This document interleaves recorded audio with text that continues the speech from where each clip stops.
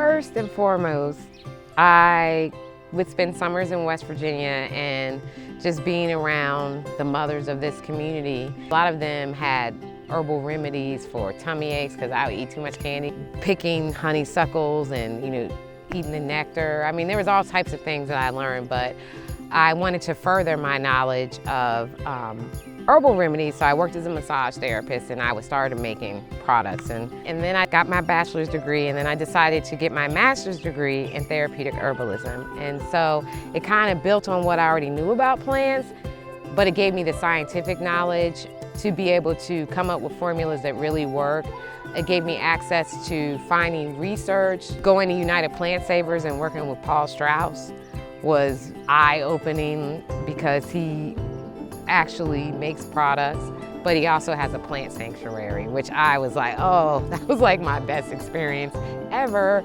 And it gave me the idea with what I have, I'm trying to build a plant sanctuary. Smaller, but for the level of work and materials and value-added products I make, it makes sense for me.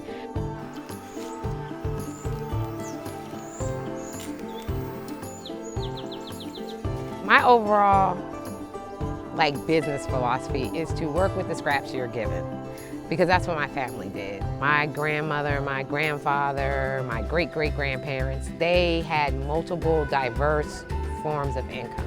That's how my family sustained itself through the Depression, after slavery. And so I'm just taking what they did and just boosting it up to a different level. So right now I'm cultivating herbs, and then I'll grow vegetables. So I sell the herbs fresh. I also dry the herbs and make value-added products. Right now the high demand herbs are black cohosh, ginseng, ramps, but they're endangered. So for me as a herbalist, I grow them, but I really don't use them. I always try to find replacement plants. I'm in the coal mine area. My grandmother had black lung, my grandfather had black lung. People have asthma here. So I grow elecampane, hyssop, and peppermint.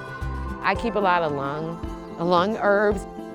I grow motherwort because when I think of as being an herbalist, motherwort is good for the cardiovascular system, and African Americans tend to suffer from high blood pressure and cardiovascular disease, so I feel like that's a great plant to have to encourage and to support wellness in the African American communities.